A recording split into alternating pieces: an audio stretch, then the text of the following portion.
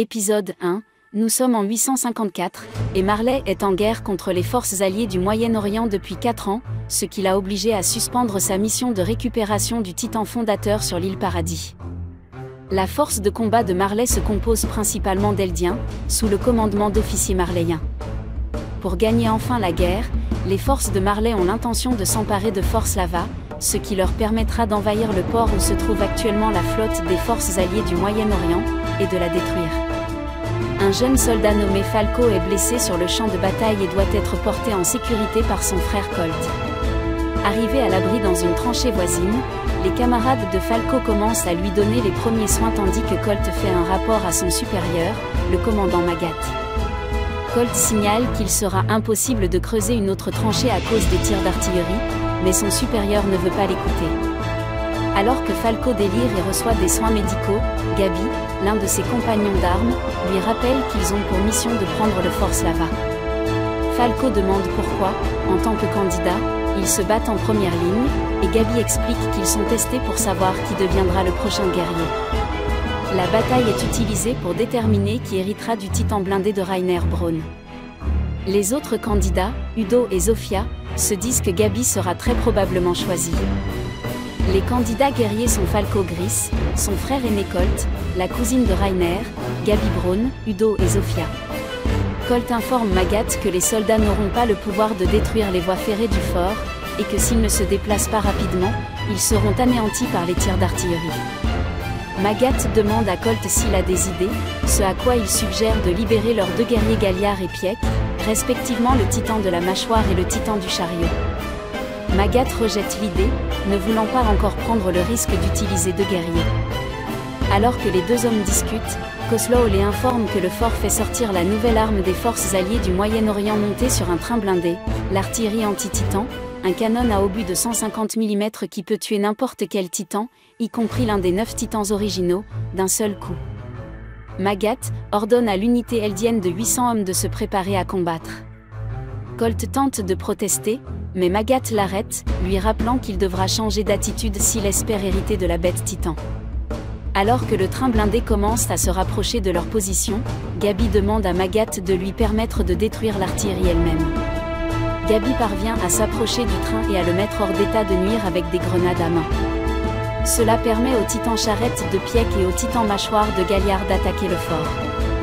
Depuis un dirigeable au-dessus, les Eldiens sont transformés en titans purs, Parzec en utilisant son cri et sont lâchés sur le fort, détruisant une grande partie de sa structure.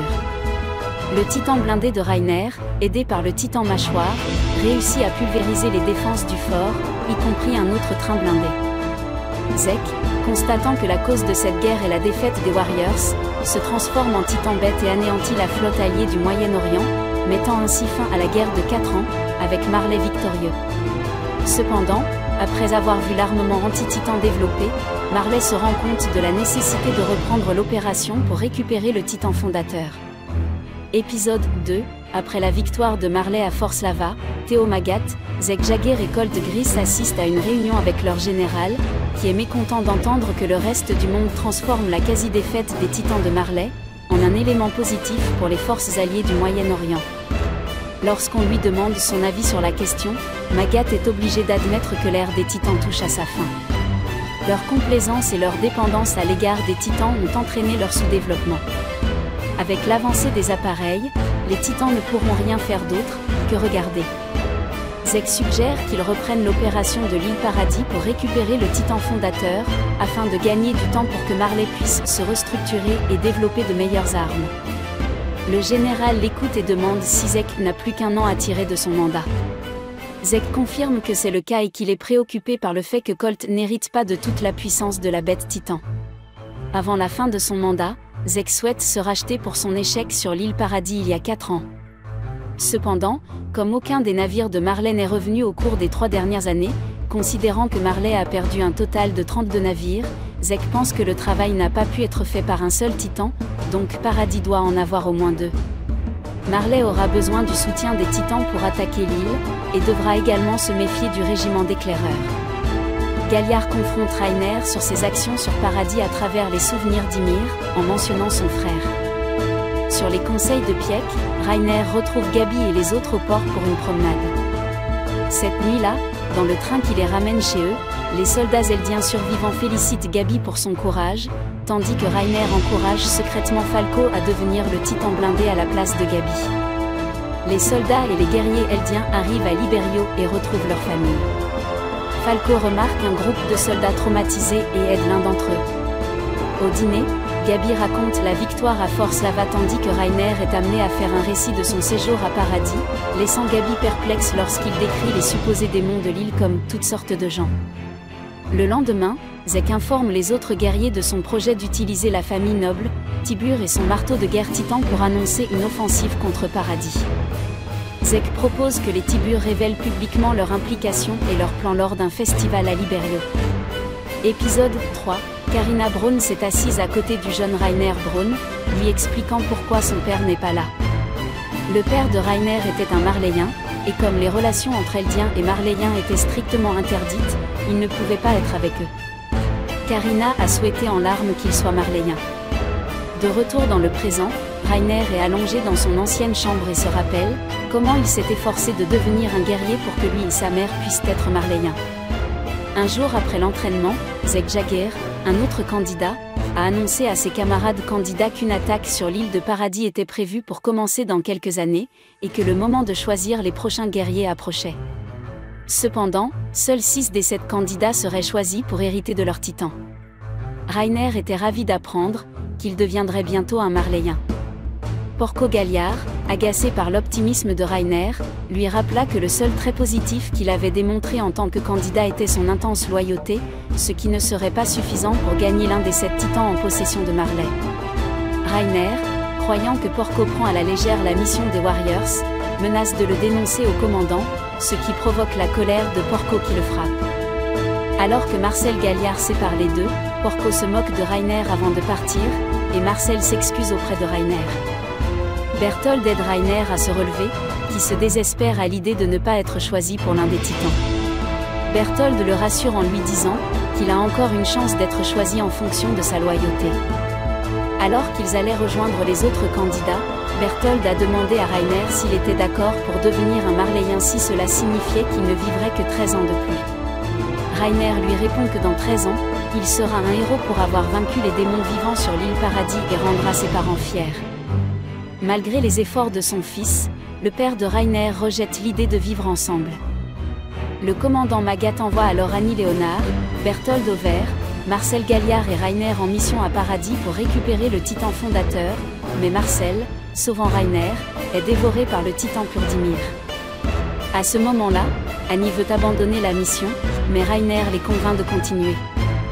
Après l'assaut sur Wall Maria, ils se sont faufilés dans Wall Rose et ont rejoint le corps d'entraînement 2 ans plus tard. Pendant leurs années d'entraînement, ils ont cherché à obtenir des informations sur le titan fondateur, et Annie a même rencontré Kenny Ackerman. Reiner a finalement décidé de détruire Wall Rose. Émergeant de ses souvenirs, Reiner tente de se suicider, mais arrête après avoir entendu Falco dehors. Il s'exhorte à vivre pour son rôle de mentor auprès de Falco et des candidats. Falco s'arrête à l'hôpital et parle avec un soldat eldien, qui admet avoir simulé son amnésie due à un traumatisme pour éviter d'être renvoyé chez lui. Épisode 4. Reiner Braun tombe sur un Falco gris essoufflé en ville. Lorsqu'on lui demande où il va, Falco répond qu'il a oublié quelque chose au quartier général et qu'il va le récupérer, mais en réalité, il est en train de poster une lettre hors de la zone d'internement pour Monsieur Kruger, le soldat handicapé qu'il a rencontré à son retour à Liberio. Dans la soirée, Theo Magat apprend de Koslow que toute la famille Tibur est venue lui rendre visite. Alors que les 2 hommes vont à la rencontre de leurs visiteurs, Koslow remarque que les gardes personnels des Tibur ne font pas partie de l'armée marléenne. Ils sont accueillis par le chef actuel de la famille, Willy Tibur, qui les présente au reste de la famille.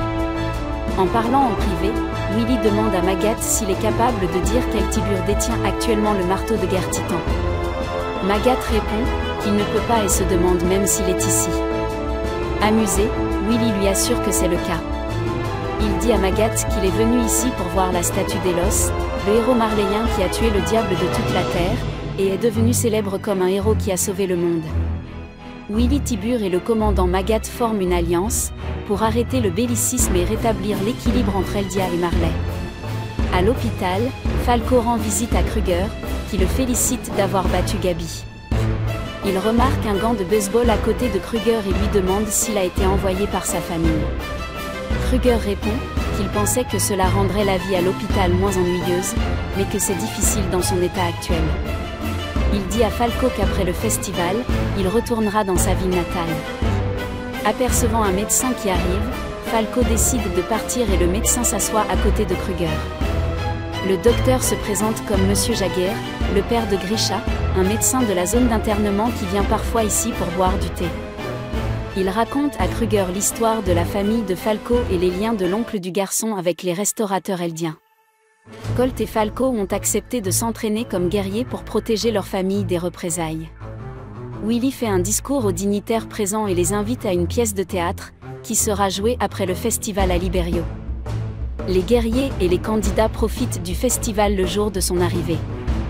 Plus tard dans la journée, ils se dirigent tous vers la place pour la pièce de Willy. Dans une scène de post-crédit, juste avant que la présentation ne commence, Falco emmène Rainer dans un sous-sol derrière la scène, où il rencontre Kruger.